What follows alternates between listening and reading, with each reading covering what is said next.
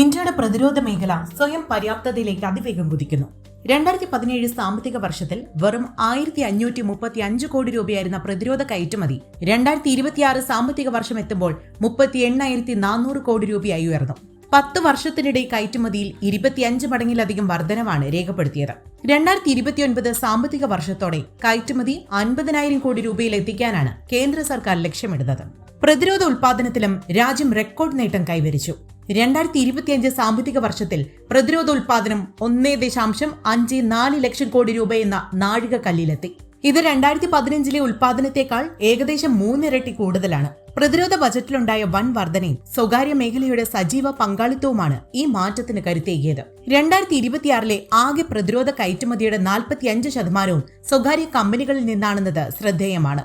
നിലവിൽ 16,000 ചെറുകിട ഇടത്തരം സംരംഭങ്ങളും 1000-ലധികം സ്റ്റാർട്ടപ്പുകളും ഈ മേഖലയിൽ പ്രവർത്തിക്കുന്നുണ്ട്.